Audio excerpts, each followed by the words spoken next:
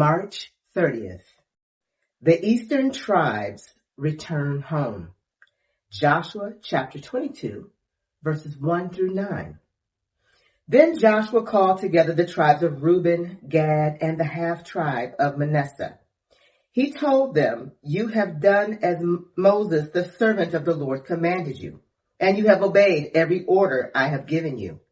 During all this time, you have not deserted the other tribes. You've been careful to obey the commands of the Lord your God right up to the present day. And now the Lord your God has given the other tribes rest, as he promised them. So go back home to the land that Moses, the servant of the Lord, gave you as your possession on the east side of the Jordan River. But be very careful to obey all the commands and the instructions that Moses gave to you. Love the Lord your God, walk in all his ways, obey his commands, hold firmly to him, and serve him with all your heart and all your soul." So Joshua blessed them and sent them away, and they went home. Moses had given the land of Bashan east of the Jordan River to the half-tribe of Manasseh. The other half of the tribe was given land west of the Jordan.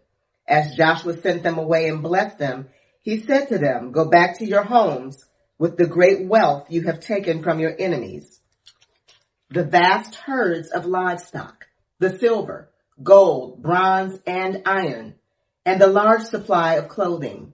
Share the plunder with your relatives." So the men of Reuben, Gad, and the half-tribe of Manasseh left the rest of Israel at Shiloh in the land of Canaan. They started the journey back to their own land of Gilead, the territory that belonged to them according to the Lord's command through Moses. The eastern tribes build a memorial. Joshua chapter 22, verses 10 through 34. But while they were still in Canaan, and while they came to a place called Geliloth, near the Jordan River, the men of Reuben, Gad, and the half-tribe of Manasseh stopped to build a large and imposing altar. The rest of Israel heard that the people of Reuben, Gad, and the half-tribe of Manasseh had built an altar at Geliloth, at the edge of the land of Canaan, on the west side of the Jordan River. So the whole community of Israel gathered at Shiloh and prepared to go to war against them. First, however, they sent a delegation led by Phinehas, son of Eleazar the priest, to talk with the tribes of Reuben, Gad, and the half-tribe of Manasseh. In this delegation were 10 leaders of Israel, one from each of the 10 tribes and each of the head of his family within the clans of Israel.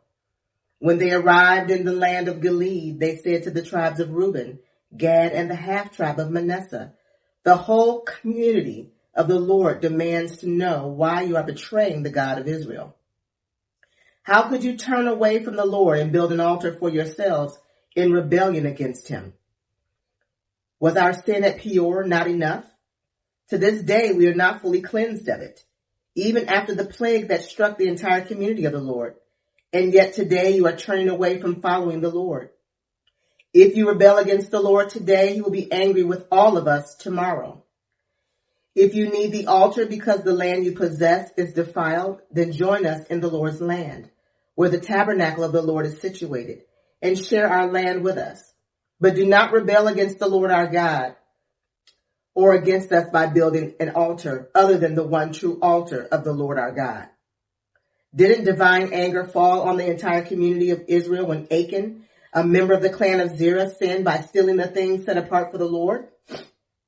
He was not the only one who died because of his sin. Then the people of Reuben, Gad, and the half-tribe of Manasseh answered the heads of the clans of Israel, "The Lord, the mighty one, is God. The Lord, the mighty one, is God. He knows the truth, and may Israel know it too. We have not built the altar in treacherous rebellion against the Lord. If we have done so, do not spare our lives this day. If we have built an altar for ourselves to turn away from the Lord, or to offer burnt offerings or grain offerings or peace offerings, may the Lord himself punish us. The truth is we have built this altar because we fear that in the future your descendants will say to ours, 'What right do you have to worship the Lord, the God of Israel?' The Lord has placed the Jordan as a barrier between our people and your people of Reuben and Gad. You have no claim to the Lord. so your descendants may prevent our descendants from worshiping the Lord. So we decided to build the altar not for burnt offerings or sacrifices, but as a memorial. It will remind our descendants and your descendants that we too have the right to worship the Lord at his sanctuary with our burnt offerings, sacrifices, and peace offerings. Then your descendants will not be able to say to ours, you have no claim to the Lord. If they say this, our descendants can reply, look at this copy of the Lord's altar that our ancestors made. It is not for burnt offerings or sacrifices. It is a reminder of the relationship both of us have with the Lord. Far be it from us to rebel against the Lord or turn away from him by building our own altar for burnt offerings, grain offerings, or sacrifices. Only the altar of the Lord our God that stands in front of the tabernacle may be used for that purpose. When Phinehas the priest and the leaders of the community, the heads of the clans of Israel, heard this from the tribes of Reuben, Gad, and the half-tribe of Manasseh, they were satisfied. Phinehas, son of Eleazar the priest, replied to them, today we know the Lord is among us, because you have not committed this treachery against the Lord as we thought. Instead, you have rescued Israel from being destroyed by the hand of the Lord. Then Phinehas, son of Eleazar the priest, and the other leaders left the tribes of Reuben and Gad and Gilead and returned to the land of Canaan to tell the Israelites what had happened. And all the Israelites were satisfied and praised God and spoke no more of war against Reuben and Gad. The people of Reuben and Gad named the altar Witness, for they said, it is a witness between us and them that the Lord is our God too. Joshua's final words to Israel. Joshua chapter 23, verses 1 through 16. The years passed, and the Lord had given the people of Israel rest from all their enemies. Joshua, who was now very old, called together all the elders, leaders, judges, and officers of Israel. He said to them, I am a very old man. You have seen everything the Lord your God has done for you during my lifetime. The Lord your God has fought for you against your enemies. I have allocated to you as your homeland all the land of the nations yet unconquered, as well as the land of those who have already conquered. We have already conquered. From the Jordan River to the Mediterranean Sea in the west, this land will be yours. For the Lord your God will himself drive out all the people living there now. You will take possession of their land just as the Lord your God promised you. So be very careful to follow everything Moses wrote in the book of instruction. Do not deviate from it, turning either to the right or to the left. Make sure you do not associate with the other people still remaining in the land. Do not even mention the names of their gods, much less swear by them or serve them or worship them. Rather, cling tightly to the Lord your God as you have done until now. For the Lord has driven out great and powerful nations for you, and no one has yet been able to defeat you. Each one of you will put to flight 1,000 of the enemy, for the Lord your God fights for you, just as he has promised. So be careful to love the Lord your God. But if you turn away from him and cling to the customs of the survivors of these nations remaining among you, and if you intermarry with them, then know for certain that the Lord your God will no longer drive them out of your land. Instead, there will be a snare and a trap to you, a whip for your backs, and thorny bramble in your eyes, and you will vanish from this good land the Lord your God has given you. Soon I will die, going the way of everything on earth. Deep in your hearts, you know that every promise of the Lord your God has come true. Not a single one has failed. But as surely as the Lord your God has given you the good things he promised, he will also bring disaster on you if you disobey him. He will completely destroy you from the good land he has given you if you break the covenant of the Lord your God by worshiping and serving other gods. His anger will burn against you, and you will quickly vanish from the good land he has given you.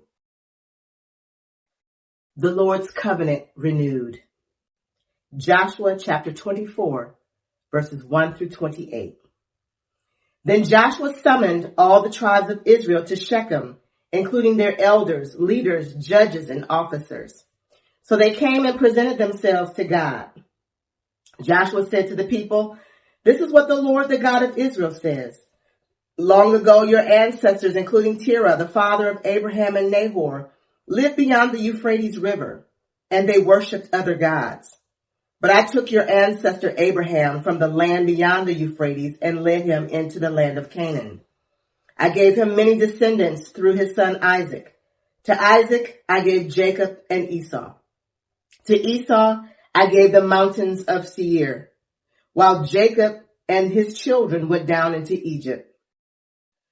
Then I sent Moses and Aaron, and I brought terrible plagues on Egypt.